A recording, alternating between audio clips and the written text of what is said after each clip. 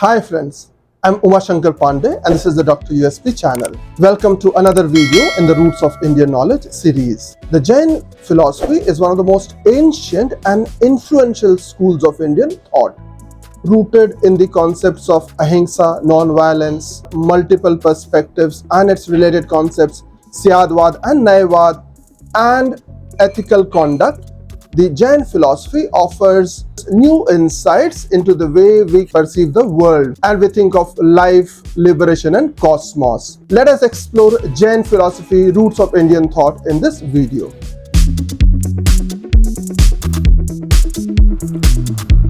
Jain philosophy centers on the pursuit of liberation through non-violence, truth and self-discipline. It teaches that the soul is bound by karma and liberation is achieved by overcoming attachment and ignorance. The path to enlightenment involves right knowledge, right faith and right conduct. The Jain tradition recounts the existence of 24 enlightened teachers or Tirthankars, through whom their faith has been transmitted from ancient origins. The first of these teachers was Rishabhadev, the pioneer. The last was Vardhaman, revered as Mahavir or the great hero who lived during the 6th century BC. They are also known as Jaina, someone who's achieved Keval Gyan, absolute knowledge, and has freed themselves from the influence of karma. Preceding Mahavir was Parshvanath, who is believed to have lived in the 9th century BC. Jainism possesses a vast literature, mostly in Prakrit.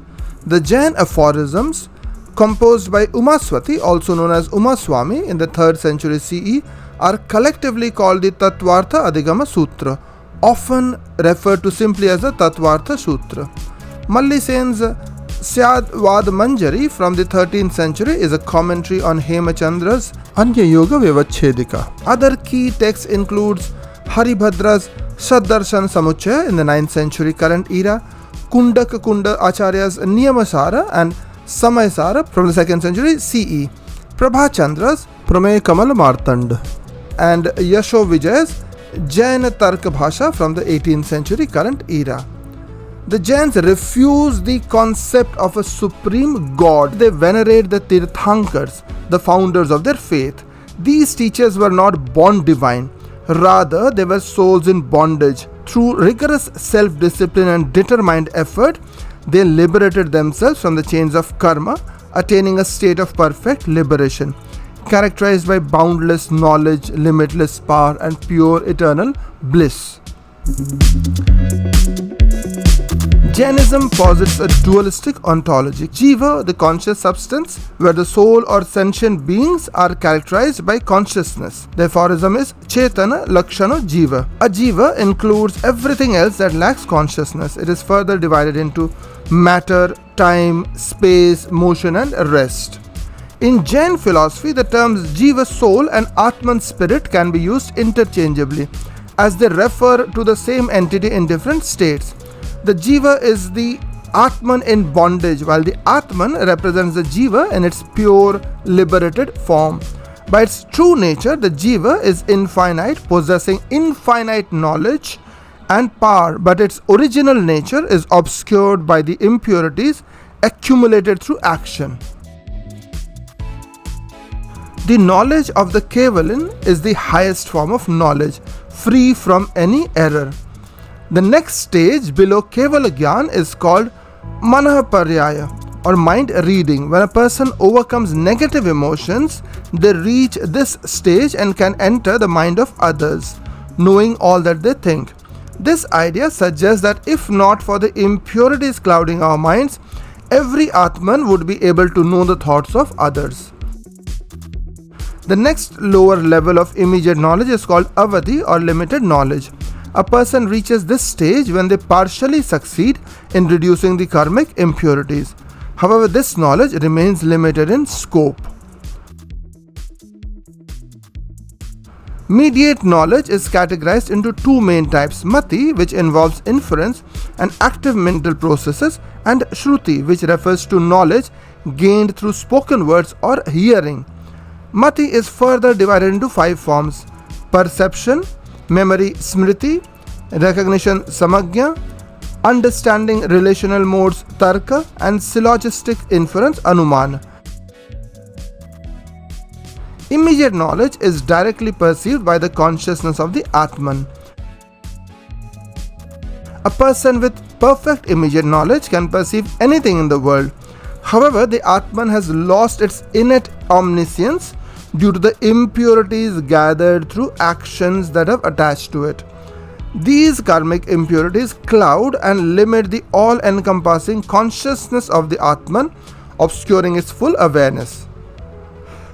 Action is like dust, and the Atman is like a clean, wet cloth that becomes stained when passions and emotions settle upon it.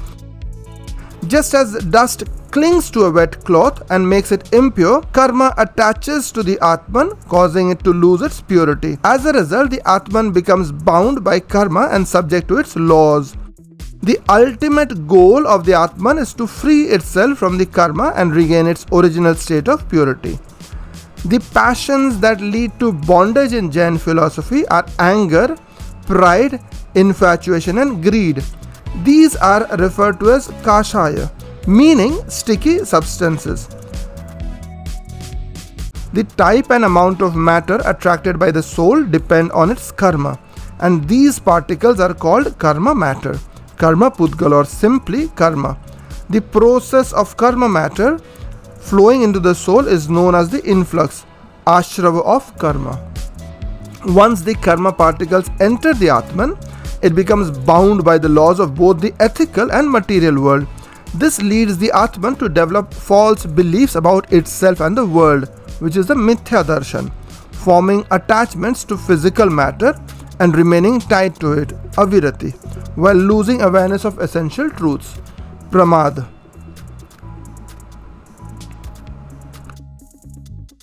This state of bondage, bandha, takes the form of the Karmasarira, the action body. The Jains teach that when karma enters the Atman, it takes on 8 forms, collectively known as the body of action, Karmasarira.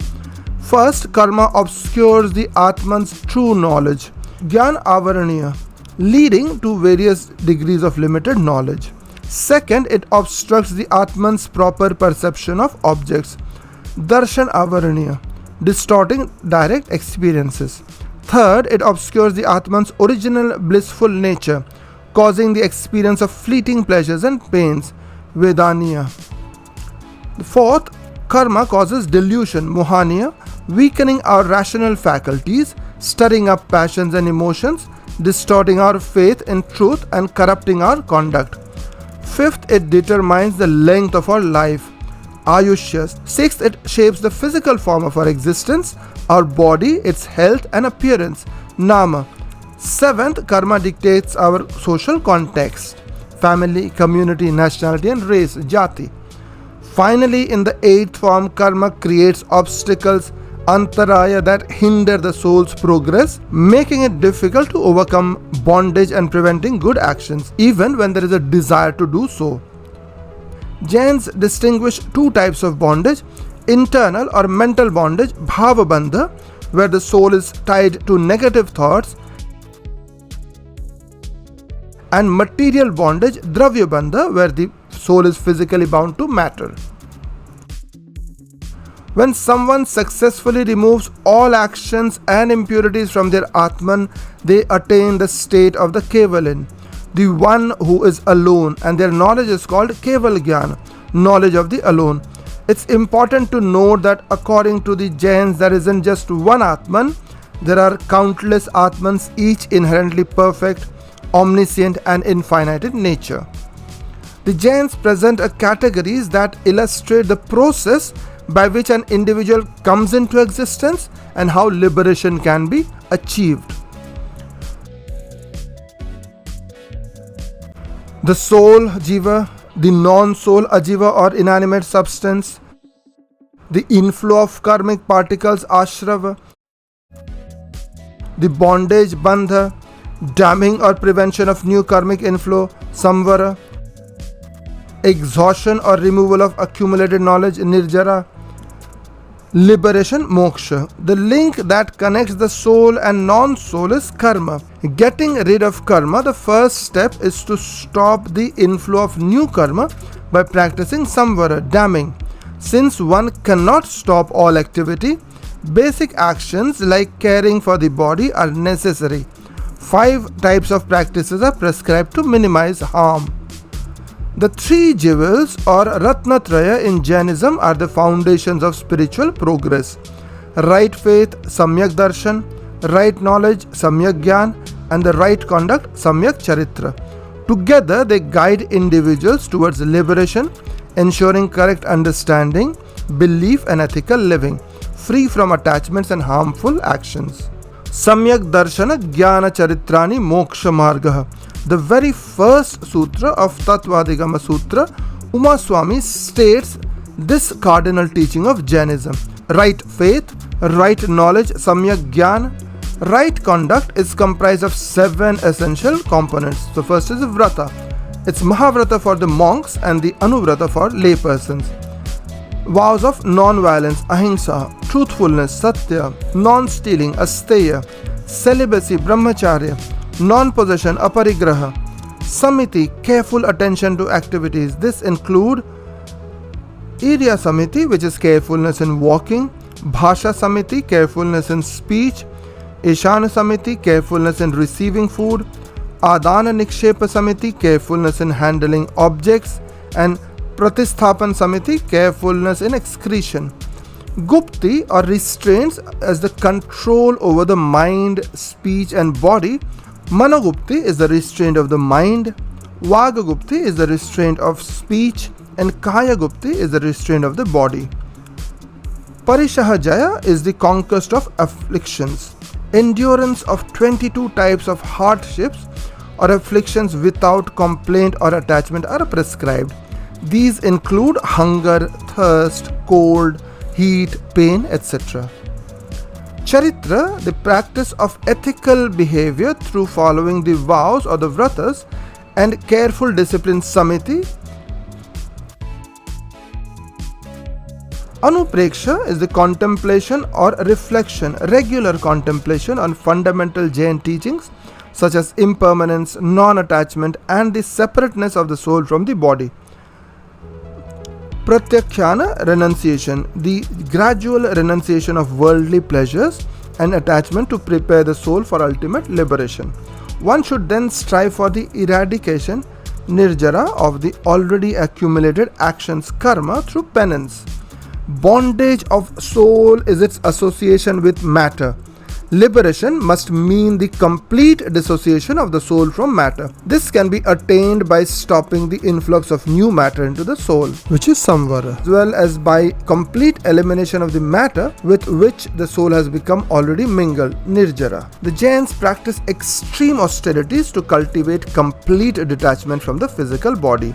Some even renounce all clothing, using space itself as their only covering. These individuals are known as Digambaras, meaning space-clad. Others wear simple white garments and are called Shvetambaras or white-clad. The Jains adhere to the principle of non-injury, ahimsa in its most extreme form, and all of them are strict vegetarians. To prevent even the smallest unseen forms of animal life from entering their mouths, Jain monks wear a piece of white cloth, ensuring such life cannot pass through their mouth. They take non-violence very seriously. Anekantavada is a core principle of Jain philosophy that emphasizes the multifaceted nature of reality. Anekantavada encourages tolerance and understanding by acknowledging different viewpoints. Nayavad, or the theory of standpoints. According to this theory, objects possess countless attributes and only an omniscient being with Kevala Gyan can perceive all aspects of an object. Ordinary beings like us can only understand a single aspect or perspective of an object at a time. This partial understanding is termed Naya in Jain thought, and judgments based on such limited knowledge are also called Naya. Syadvada, or the doctrine of conditionality. According to Syadvada, every judgment Naya should be qualified with somehow, Syat, to indicate that it reflects only one aspect of the truth.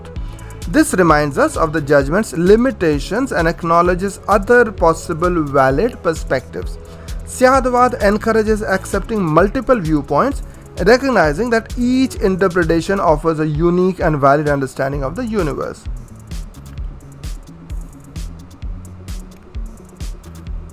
Saptabhanginaya, 7 forms of judgment. While standard logic recognizes affirmative and negative judgments, Jain philosophy expands this to 7 types.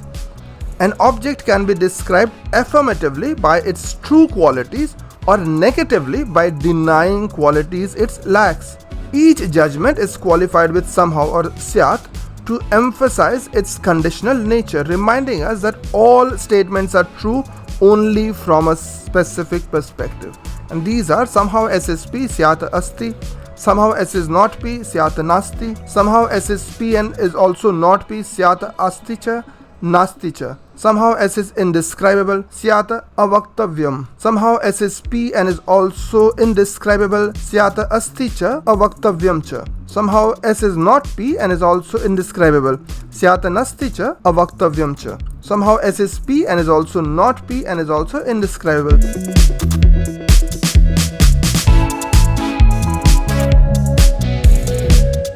Substances are broadly classified as either extended or non-extended. The only non-extended substance is time. All other substances possess extension and are called astikaya. Extended substances are divided into 2, living and non-living. Living substances or souls are either emancipated mukta or in bondage baddha. The souls in bondage are further divided into 2 types, those that can move trasa and those that are immovable sthavara. Immobile beings with the simplest bodies live in forms made of earth, water, fire or air. Mobile beings have more developed bodies and possess 2 or 5 senses. For example, worms have 2 senses, ants have 3 senses, touch, taste and smell, bees have 4, touch, taste, smell and sight. Higher animals have 5 senses. Non-living extended substances include dharma, adharma, akash and pudgal, that which is liable to integration and disintegration. Thanks for staying along, friends. As always, it was a delight having you here. I'll be back with another video very soon. Till then, have a great time.